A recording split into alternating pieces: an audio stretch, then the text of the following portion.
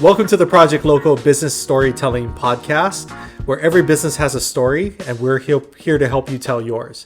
I'm Reed, and I'm one of the founders of Project Loco. My name is Tanner. I'm one of the co-founders on the video. And I'm Carrie. And we're here today to talk to you a little bit about how we started our own business. So in our last episode, we kind of gave you a lay of the land as to why we wanted to start Project Loco, why we wanted to tell business stories, why it's important for entrepreneurs such as ours to kind of highlight the pitfalls, to highlight the successes in starting a small business because it's so difficult to do so. We wanted to continue that in now episode 2, where we shared a little bit about our journey as starting Project Loco as a team. So just to get us started here, we don't have a full dramatic story behind this. I think this is an idea that Carrie and I generated off of her YouTube success. When I say success, like very small success compared to others. Small. But regardless, I think more than most people would hope for. We wanted to capitalize on that. And one of the things we talked about was expanding our team to get a better videographer and storytelling skills.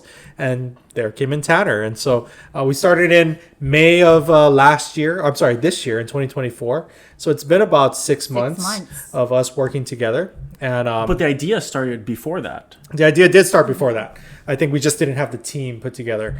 But now 6 months in, I think there's a lot that we've learned together as a group and individually that we want to share as part of our journey of starting Project Loco. Yeah, I know that, as Reed said, that we started this about 6 months ago, and from where we started to where we are now, we have hit a lot of different roadblocks. I mean, a lot, not like a ton, but like, we're growing at a kind of a leisurely pace, and there's a good reason for that. Instead of going like all in and tackling this like 24 hours a day. 24 hours a day. We all have our own lives still in terms of like, I'm working full time. You guys are working full time. You just had we had a baby. A baby, right? 5 weeks ago. 5 weeks ago, and she's doing a podcast already. Yeah. So while it's something that we really, really want to do and put all of our effort in, this is a side hustle at the end of the day. It's something that we are trying to have grow while putting enough time, but it's not the sole focus. And because of that, we've come across different obstacles, I would say. One of them is allocating time. I know I personally am really, really bad at delegating my time. And especially when it's not like we have an office that we show up to every day. It's like not top of mind. It's not top all of the mind. Time. Or different when it's like work and there's an office. You go into work, you sit down at a desk, and now you're in the mindset to work. Having a side hustle is not like that. It's very like, oh, I need to work on it. You have to think about it a lot. Okay, now I'm gonna set aside time to work on it. For me, that has become going to a coffee shop, someplace outside of the house where I'm not doing like leisure stuff, whether it be YouTube videos or whether it be watching YouTube, or sitting at my desk at home and the bed is right there. And I'm like, wow, that looks really nice. Looks really comfortable. That looks very comfortable. And for me, separating the different tasks was going to a coffee shop. Every time I'm at a coffee shop, I set a timer, an hour, I'm going to work on something for Project Loco, and that's been on me to make the time to do that. I haven't done it as much as I would like to, but coming into the new year, looking at my calendar for the next couple weeks, it's like, hey, coffee shop, and that's how I've been able to, or how I've been trying to put time aside to work on the business. I think you bring up one of probably the biggest challenges that entrepreneurs have. Yeah, I was thinking that. Especially people that have side hustles. Yeah. And I think most people out there that are starting a business, it's going to start off as a side hustle. It's not going to start off as your full-time, 100%, I'm going to throw everything into it. There are people like that, don't get me wrong. But I think for most people, if I'm going to start a business, it's something I'm doing outside of my day-to-day. So you bring up a good point, because that is a key component to being successful, is like blocking out time to do something in your business. And that's something that I think we struggle with too, right? Well, there's no I think the thing here is there's no boss. Like, we're all in this together, but I thought I was the boss. well, No, it's a this whole time. surprise. So we're all equally a part of this together. So, I'm not Tanner's boss, Tanner's not my boss, and vice versa. And so because of that, really, it's on our own accord, and it's our own initiative that pushes us forward to do side projects like this.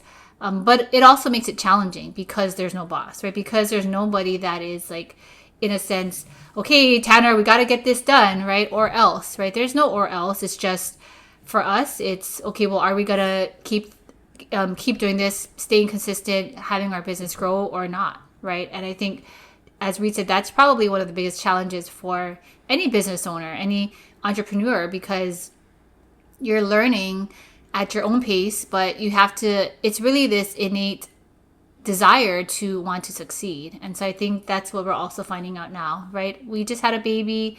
Reed works full-time. Tanner also works full-time. So for us, it's really carving out that time and still making it a priority, even when it is challenging.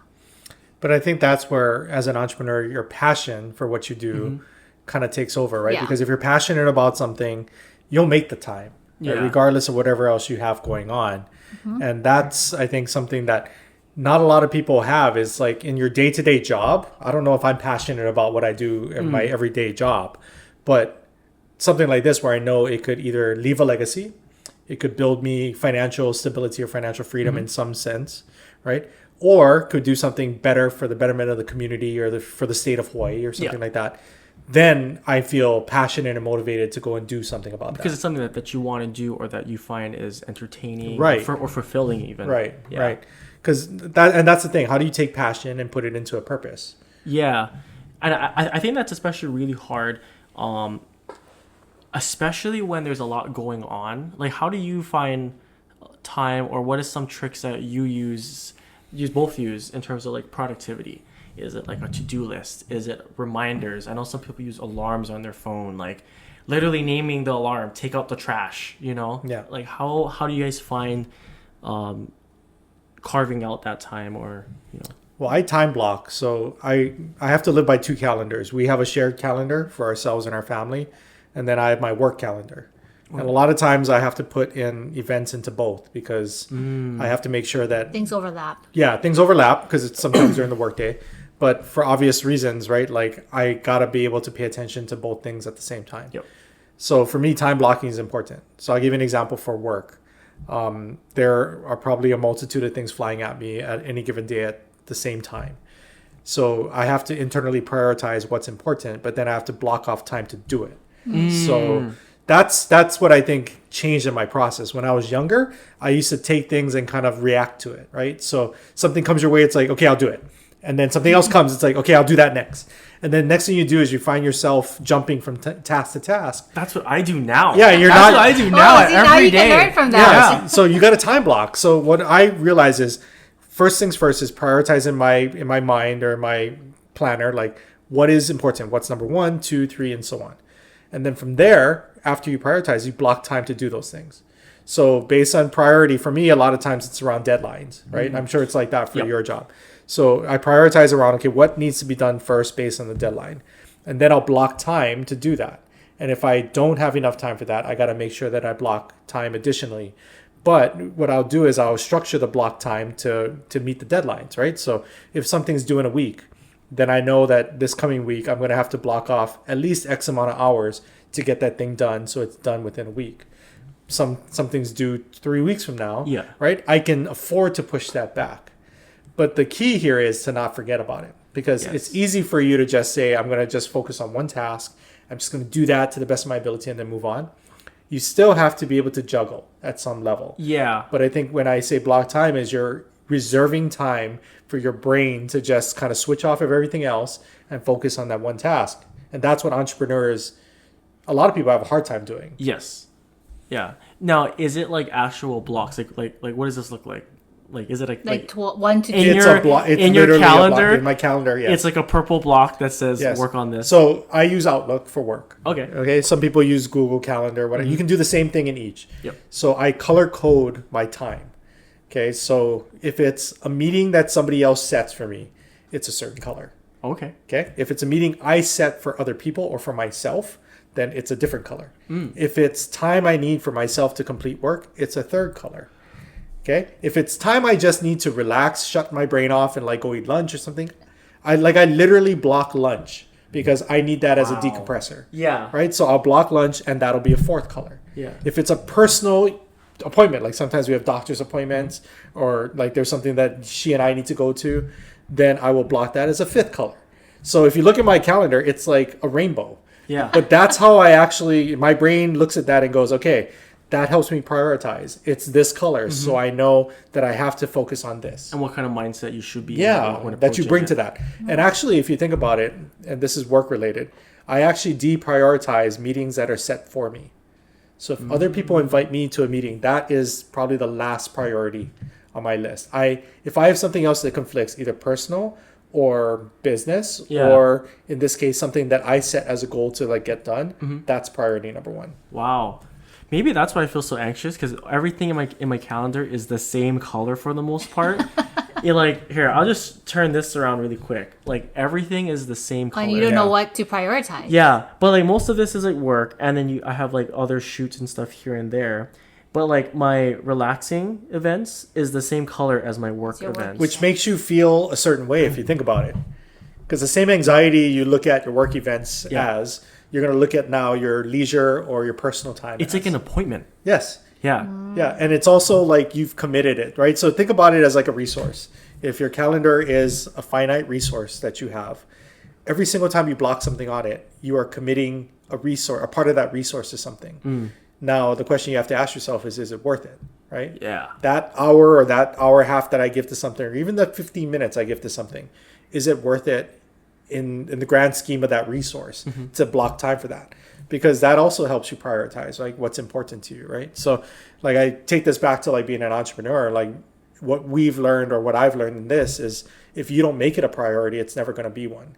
You're going to forget about it. Yeah, real easy. Yeah. We just had a kid five weeks ago.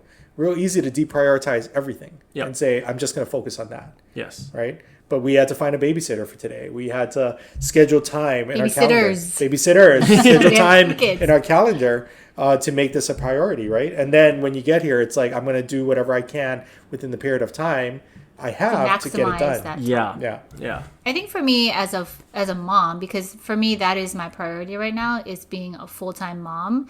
So my schedule is obviously very different than Reed's, but I also do time blocking, right? So for me, when my kids are up, they're my priority, and it's whatever they need in that moment is their priority. And the time that I have to myself or to do business related things is usually during their naps or when they already go to sleep. So it's very, like a moving though. Yes. It's not as like 1 to 2 is this. No. I mean, but generally I try to keep the kids on a schedule. Well, before I had my second one, but I will get both of them on a schedule soon. But yeah, so for me, the time that I have to do my own things is very short right now. It's very limited. So I really do try to maximize it because I know it's very, very limited. So during the time that they're napping, I'm editing videos or I'm filming something or, we schedule a babysitter to do things like this. But it's very, very limited. And I know as they get older, I'll have more time. But for me, that's what it looks like right now. Yeah. Oh. When do you take time for yourself? Like how do you guys? I know, like you said, that you literally schedule a block during the day of this is leisure time, this is me time. I know, especially these days with how prevalent social media is. How do you guys find the time to be like, you know what? Now I'm just gonna scroll through Instagram, or is that not even something that is on yours? Well, I don't block that in my schedule, but. Okay, so we're in different phases in life, right? So Tanner, you're not married, you don't have kids yet. For us, that's the priority above everything else is family. Yeah. Right? So that's number one.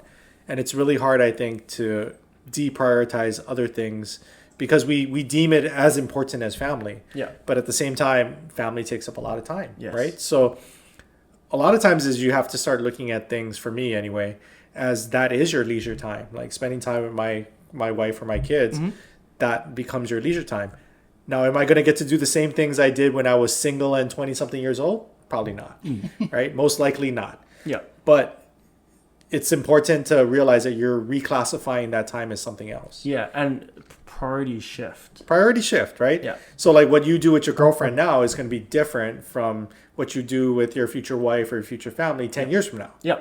Right? And then you're going to view that as the same in your heart, like this is my break from everything else, even though it's actually a different form of what you're doing. Yeah. Right? So I don't know. I think that's just something people have to, it's a switch in your brain that you have to make. Yeah. And not a lot of people do that. But I think what we're trying to talk about here is like the mindset of an entrepreneur.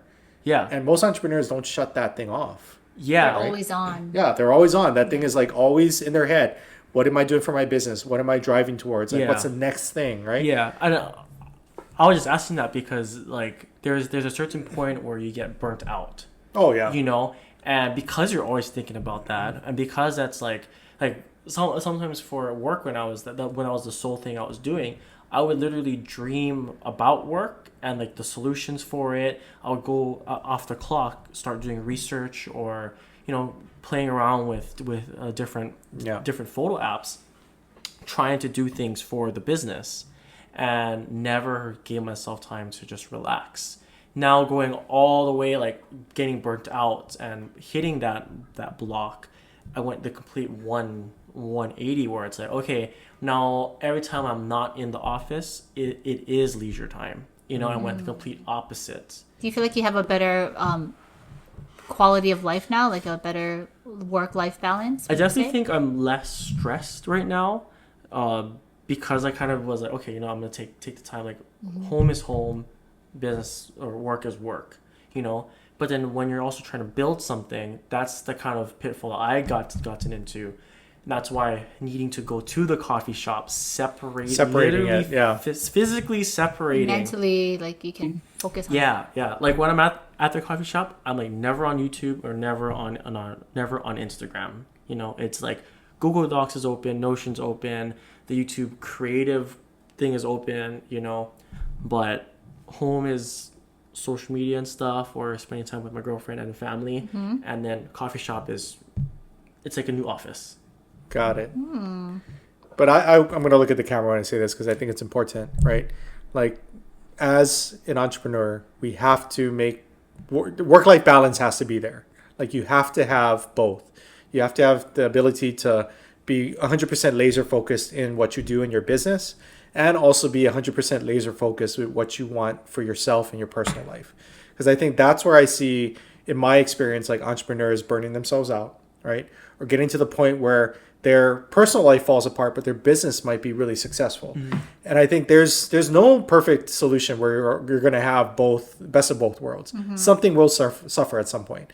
But I think for most people, you have to find that balance in between, because there are ways and there are successful people that do both. I think one thing, when you're talking, what I'm thinking about is the word patience. And as entrepreneurs, what I'm learning is that we just also need to be patient in what what we want to accomplish. Because I know when we first started, we're like, okay, we have all these grand goals, right? By the end of the year, we wanted to hit this, or we wanted to do this. And honestly, we haven't reached any of our goals yet. But that doesn't mean that we're not further along than where we started. And it's what comes to mind is just having patience and continuing to be consistent in what we're doing, because eventually we will reach the goals that we have, that we made when we started. And it just takes not quitting and just continuing. Yeah, I love golf. So I like to think about it as like, we teed off on the first hole. Yeah. Right? But the hole is actually getting further and further away. We're taking more shots to get there than we thought we would. Yeah. Right? Because we thought we'd get there in par, but we're going to be over par. I know exactly how that feels. And I think that's fine, because like you said, Tanner, like we're just getting started. We're moving at our own pace, right? We're learning how to work with each other. Yep. But at the same time, our goalpost keeps getting further and further away, which could be discouraging. And I really feel like that's what stops people from moving in the path of entrepreneurship, is they get discouraged at some point. They realize, it's taking too long. Yeah. I don't see immediate success, right? And in this generation, you guys have immediate gratification. No, I'm serious. You guys have immediate gratification. And if it's not there, it's really hard for you to say, I'm going to stick with this because because I think it's going to work, right? Oh yeah, definitely. Like especially at the beginning of this year, I started making videos and stuff on YouTube. On your personal channel. On my personal channel. And, which is, for the viewers, what is that personal channel? Oh, for my personal channel, I think it's just Tanner Tiveria. Anyway, the point is that... Check it out. Check it out. I mean, it's cool. I have a couple of videos here and there, and I've been trying to work on that too. But it was like, I started making the videos, and for me, it was very fulfilling. But, it took a lot of time. And this was before this was even a thing, right? Yeah. And so I started doing that, and I got a couple hundred views, couple thousand views, and then when that 11,000 view video finally happened... What was that video about? It was what's in my pocket. Oh, like that's what amazing. Simple. What I carry every day. Wow. But like at first, not seeing the success was like this is kind of a lot of work, a lot of time, and there's no payoff. Yeah. But what was interesting is when that video hit big, I got scared. Really? I got scared, and then I made one more video and never made another. What were you scared about? Living up to that. Oh, having to continue that. That's, That that's makes interesting. That makes actually a lot of sense. Like, okay, like imagine we hit like this big client, like things are going well for us. Yeah. We were able to help that business attain new success, for them. And in turn, we did very well.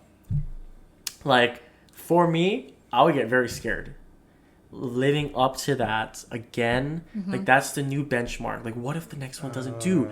And you know what happened after that 11,000 view video? I made another one and it only got 50 views. Interesting. And that was like, oh. So did that like encourage you to stop? Like you're thinking, I need to take a break. It was I need to take a break because I did not do something right as the next step to capitalize on that success. Yeah, so that's why I got very scared. But then, like in terms of that immediate gratification that we talk about, or being patient, I wasn't patient with the success and the failures. Yeah. Seeing that failure and being like, you know what, it's a step in the wrong direction, but okay, let's keep going. I didn't do that for myself. And in terms of like what our mindset is now, like even though we are moving slow, we're still making progress. We're still learning through everything we do, even if it's a failure, even if it's a success, it's still a lesson towards the bigger picture. It's kind of like with your golf analogy.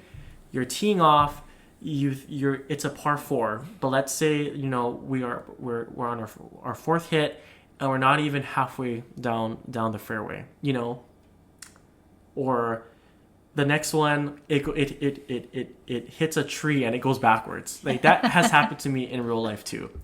I didn't know you golf.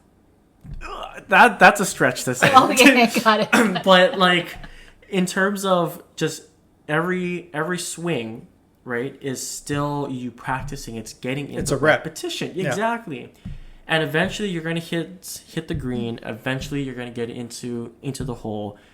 It may take 12 swings on a par 4, but there's the next hole and the next hole and the next, and eventually by the 12th hole, you either are going to get you're going to get those swings down and be fulfilled. And there's always that one hit that brings you back to the next course. Yep. Right? There's always that one. And the next time that you go to the golf course and the next time that you tee off and there's that par 4, you're going to make it in par 4. It's going to take some time, but just getting in those reps. Yeah. That's really important because I think that's where people give up. And you said it, right? Like failure, it's daunting, but I read a quote recently, failure is a data point. Because if you start thinking of it as just something I'm going to learn from, I'm going to quantify it, I'm going to learn from it, then it becomes something different in your mind. And we've all failed at things, right? Like Carrie, when you started your YouTube channel back before 2020, like I'm sure there were a lot of videos you put out there, even if it was just for your family, as a content creator, even early on, you looked at that and you're like, well, where's the views? Yeah, nobody's watching this thing. Like, do people even want to do this? And then like, what was the first video that took off that you realized, wow, people actually like this? Actually, it was early on. I had a couple of videos, cooking videos that it got people's attention. It probably has like 60 or 70,000 views now. It was my grandparents cooking their chicken heka video, like things like that. But after that, I never saw that kind of success again, though. So I kind of understand how you feel, or you felt when you're like, whoa, that video kind of took off. But then it kind of scares you because you don't know if you can live up to the success all over again, right? But I think for me, in the beginning, I wasn't consistent with the YouTube. It took a good 5 years for me to think about it and really make a decision. It was a decision that I made that I was just going to continue to make videos once a week for about 2 or 3 years. That's what I did, right? From like 2021 to end of 2023, I think I made a video almost every week. Wow. And that was just a decision, though. No matter what the view count was, I just like decided, okay, we're just gonna keep going. And some videos got good views, some videos didn't. But I don't know. By then, having so many videos on YouTube, you just kind of like maybe you're numb to it, and you just keep going no matter what the view count is. Did you create for yourself or for the viewer? I think at first I was creating for the viewer, but now I mainly create for myself. Like I just edited our birth vlog for our second child, and I put in the things that I wanted to remember for us for this experience, so we could show this to her one day. Yeah. And so I mean, obviously I'm leaving out personal information. I'm not going to put in like everything about our birth or her social security number, things like that, right? Or even I don't show her too much in the video, but it's mainly about like the experience and what we want to remember. So, Carrie, what you're saying is creating for yourself.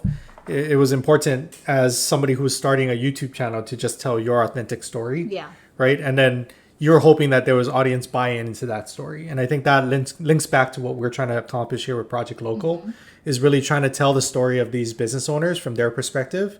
And like you said in the first podcast, Tanner, it's like creating fans.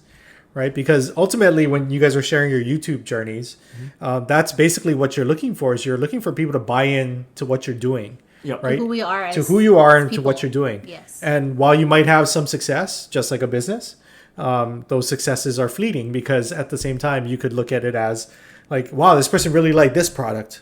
Wow, they didn't like this product at all. That's true. And like in Tanner's example, if you're a business owner, it's really easy to go, I'm not doing the right things. I should stop. Yeah. Right. And then there goes your whole small business.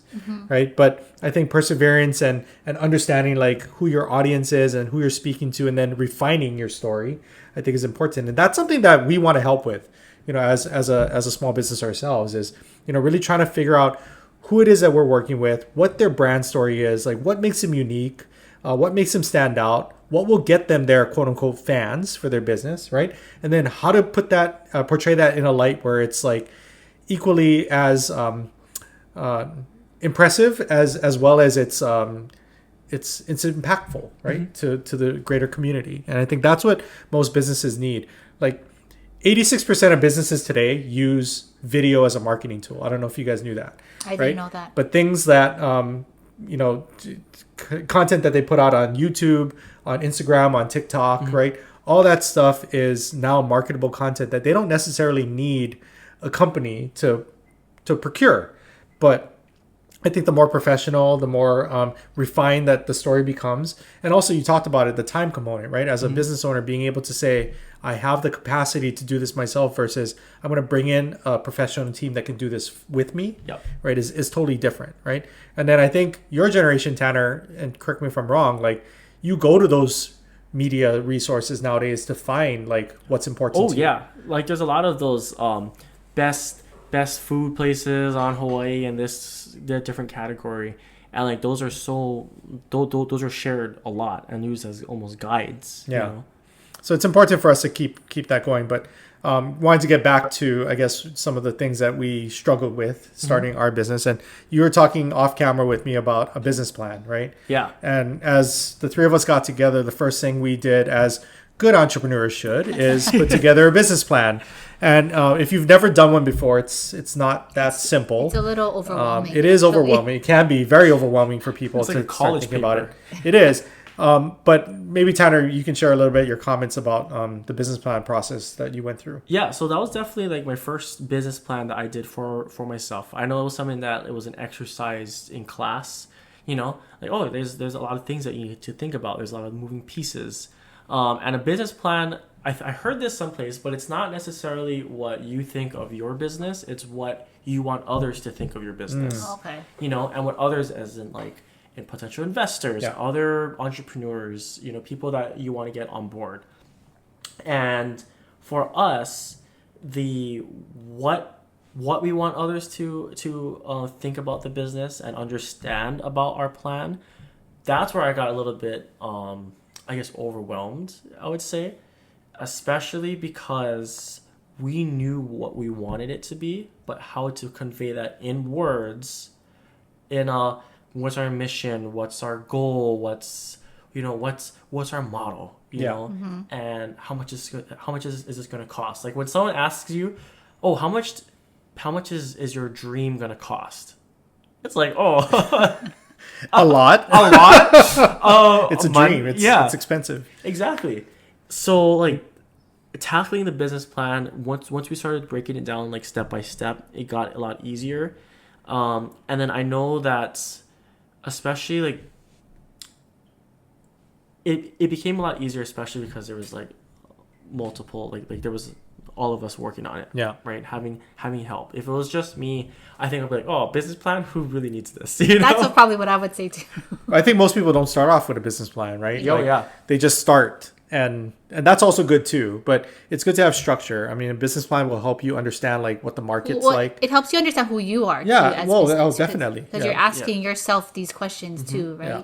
And we've actually referred back to that as almost a compass while trying to plan out new things we're trying to do, or like, hey, is this a product that we would actually offer? Like is this aligning with that, or is this just something that is like a fad that we want to hop on? Yeah. You know, Because I think we suffer from the same things that entrepreneurs suffer from. It's like that squirrel brain, where it's like, oh, that's good. Oh no, actually, that's good. And I want to do that now, Yeah. and it's really hard to And disseminate like what's Exactly. good. Yeah. It doesn't help that I'm like I'm really ADHD as well.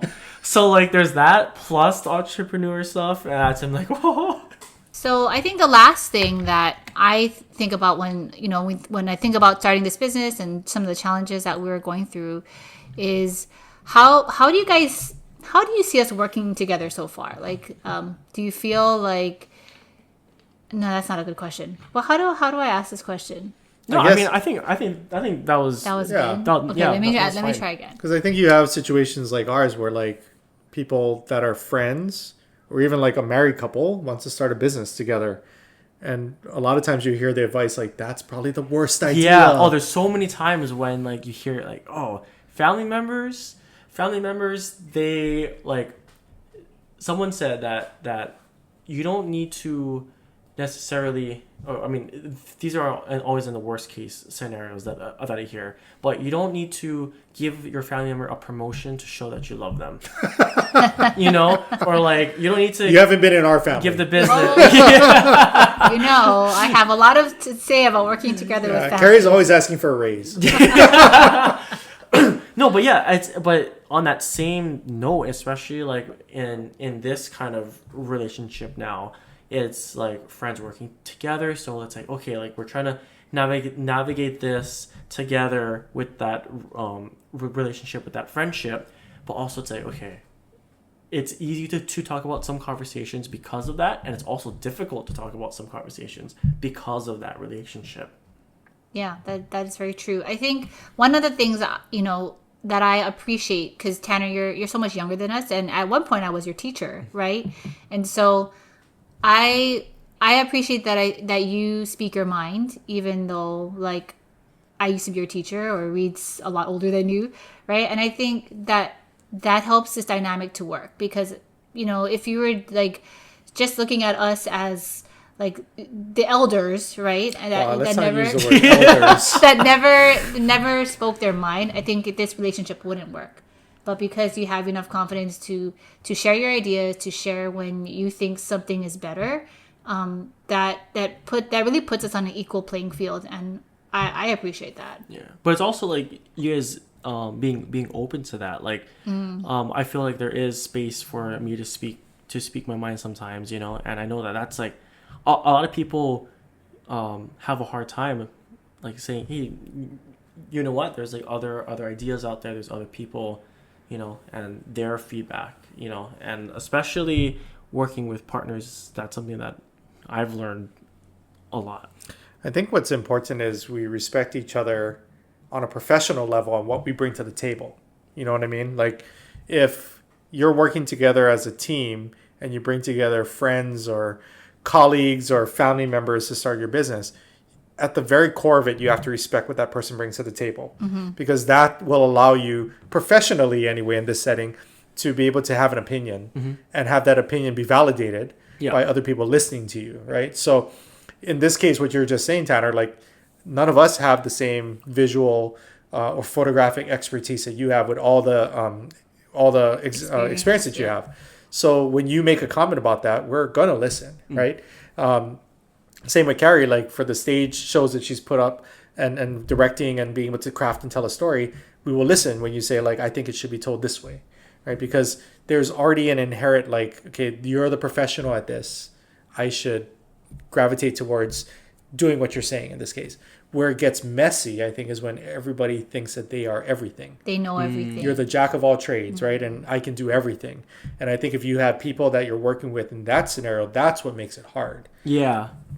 I think the jack of all trades is a huge one. The other one that I've also like heard as like a cautionary tale is you just work with people because you like to hang out with them. Oh yeah. And it's a good thing we don't like hanging out. Yeah. But like I mean, granted that's a big part in working with someone is that you need to be able to like get along with them, and like enjoy spending time with them. But that shouldn't be the only reason. Yeah, you got to draw the line between business and personal. Yeah, and like funny, I keep bringing up stuff from work because that's where I spend most of my time.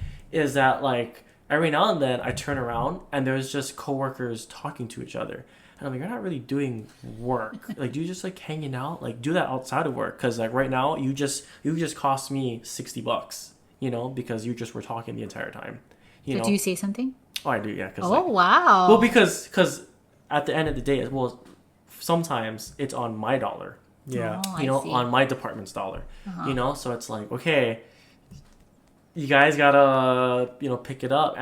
But it's different when it's like employees and you're the you're the manager versus everyone is like an owner, right? Because that's the dynamic that we have now, And I haven't really seen any like big thing that come up recently that's like, hey, you know what?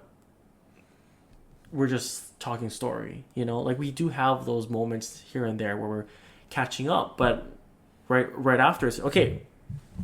Let's get back into it. I think that's because for all of us, our time is so limited that when we're precious. together, we have to make the most of it, and I think that's what we do, which is good. And we've also canceled appointments with each other because of the fact that it's probably a more efficient use of our time to not meet. Yeah, and I think that's important too. It's like you can have, like we talked about time blocking earlier, you can have the time blocked off, but if you don't have to meet, then you can reallocate that time to something else that might be more important at that moment. That's true. I think that's important too, right? So we went through a bunch of things that we experienced as small business owners trying to start Project Local in the last 6 months. We know that you guys out there that are listening are probably going through your own struggles, and we want to hear from you. So hopefully if today's episode inspired you to think differently about your business or your brand story, don't stop there. Go back, write down why you started this business, some of the things that you struggled with, right? And then what impact are you trying to make in this community? And if you want help creating your story, telling that story, come check us out. We have a website, www.projectlocalhi.com.